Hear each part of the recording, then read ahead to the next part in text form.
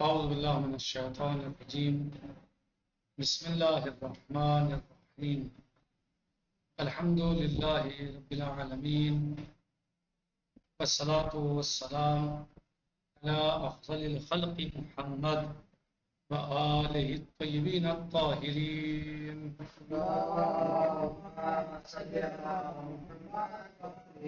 وعجل فرجهم. ہمارا درس اور گفتگو جیسے امامت میں جاری و ساری ہے.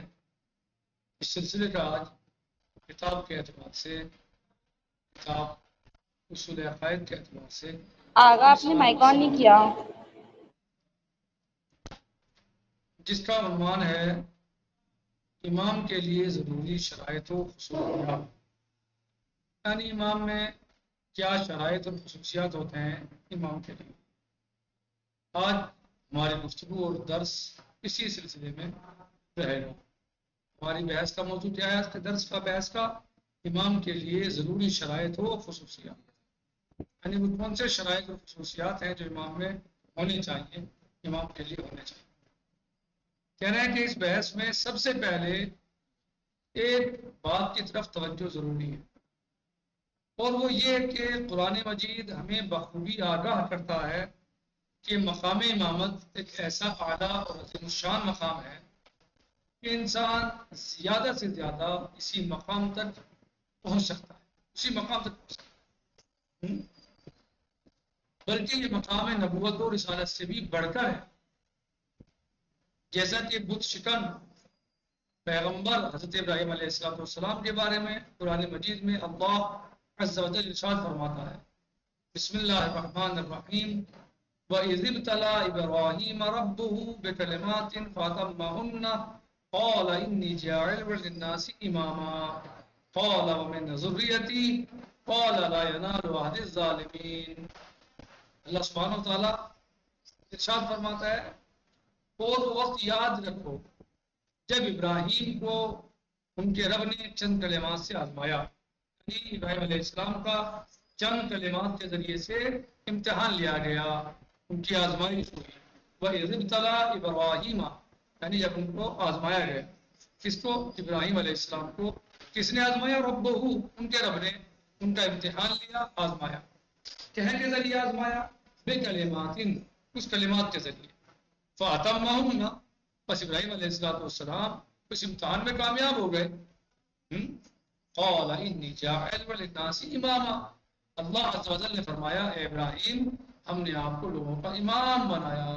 ہم آپ کو لوگوں کا امام قرار دیتے ہیں، آپ کو لوگوں کا امام بناتے ہیں، ہم نے آپ کو امام بنا دیا. قَالَ وَمِنْ ذُرِّيَّتِي، تو ابراہیم علیہ السلام نے اللہ عز و جل سے سوال کیا، پوچھا، وَمِنْ ذُرِّيَّتِي، اے میرے پروردگار یا اللہ، کیا میری ذریت میں بھی امام ہوں گے؟ کیا یہ عہدہ، یہ منصب میری ذریت میں بھی ہوگا؟ قال، یعنی قال اللہ عز و جل، اللہ سبحانہ وتعالیٰ نے فرمایا، جواب دیا، لا ينال عہدی الظالمین، میرا یہ عہدہ امامت ظالمین کو نہیں پہنچے گا. ظالمین اس کو حاصل نہیں کر پائیں گے، یہ عہدہ ظالمین تک نہیں پہنچے گا. ٹھیک.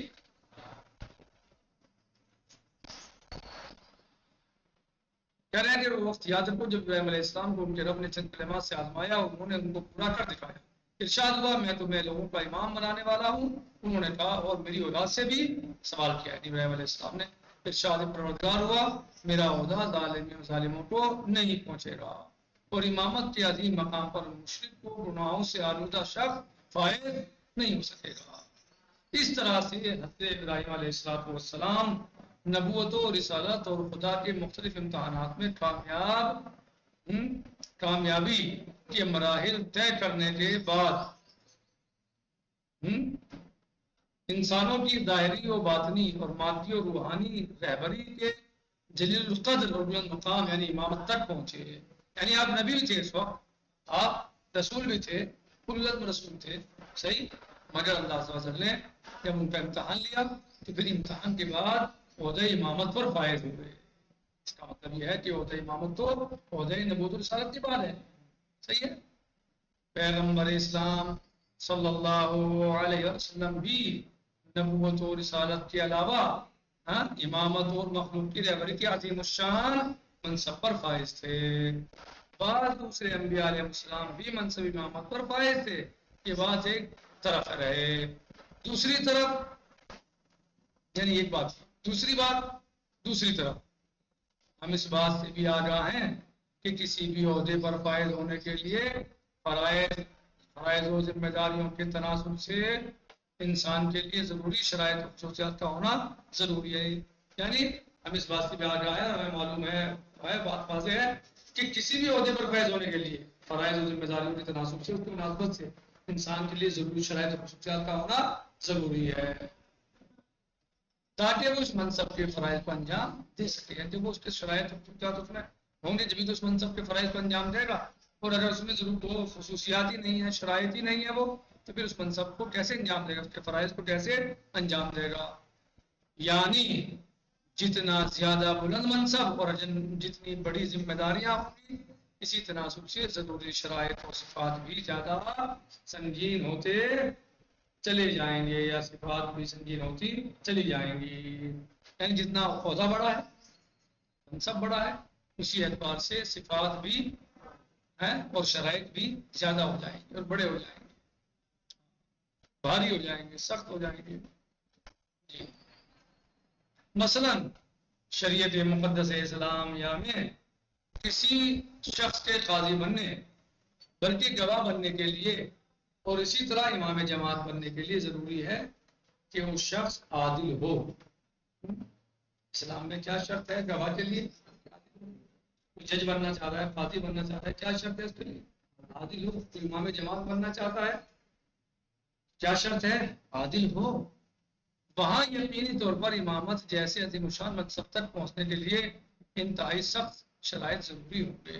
یعنی جس شریعت میں، جس دین میں، جس مذہب میں قاضی کے لیے، جج کے لیے یا گواہ کے لیے یا امام جماعت کے لیے ضروری ہے کہ وہ عادل ہو، اس کے لیے عدالت جیسی شرط ہے.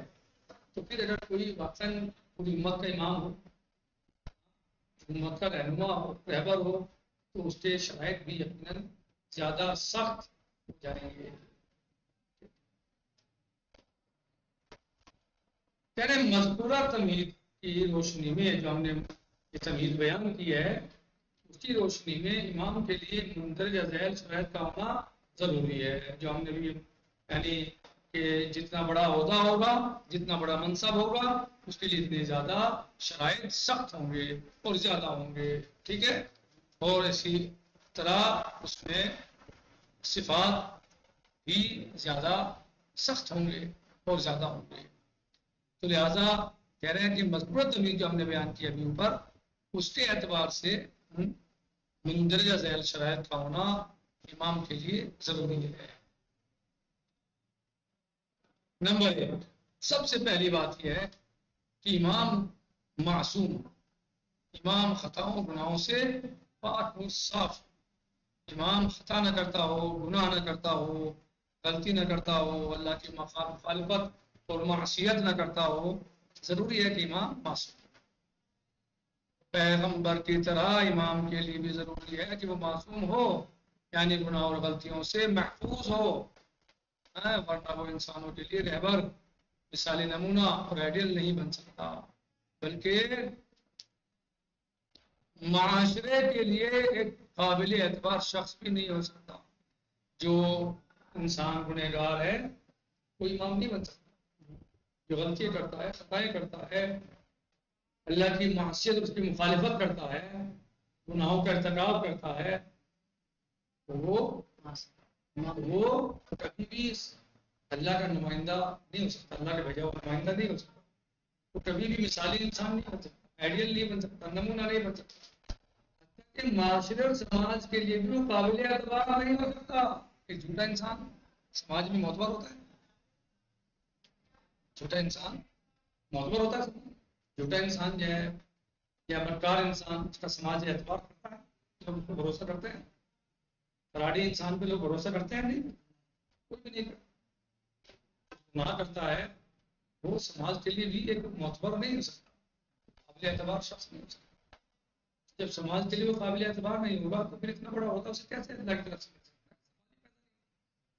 کیا کہا اللہ صلی اللہ علیہ وسلم نے؟ لا ینال عہدی الظالمین، میرا عہدہ ظالمین کو نہیں پہنچے۔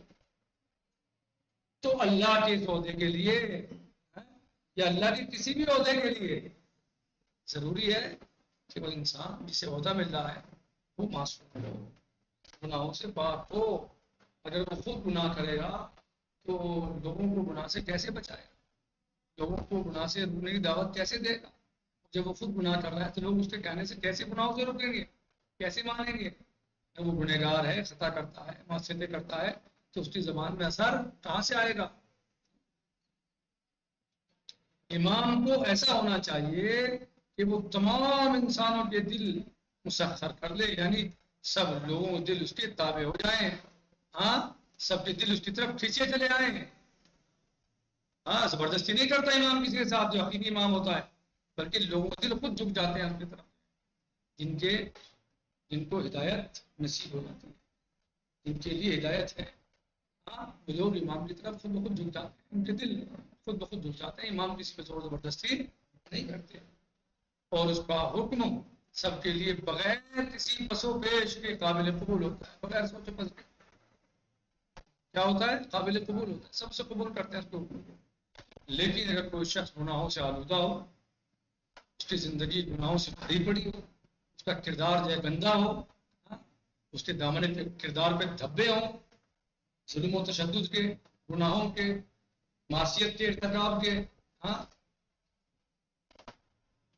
تو اس کے لیے ہرگز ممکن نہیں ہوگا کہ وہ ایسی مقبولیت حاصل کر سکے اور اسے ہر لحاظ سے قابل اعتبار اطمینان قرار دیا جا سکے، ممکن ہی نہیں ہوگا۔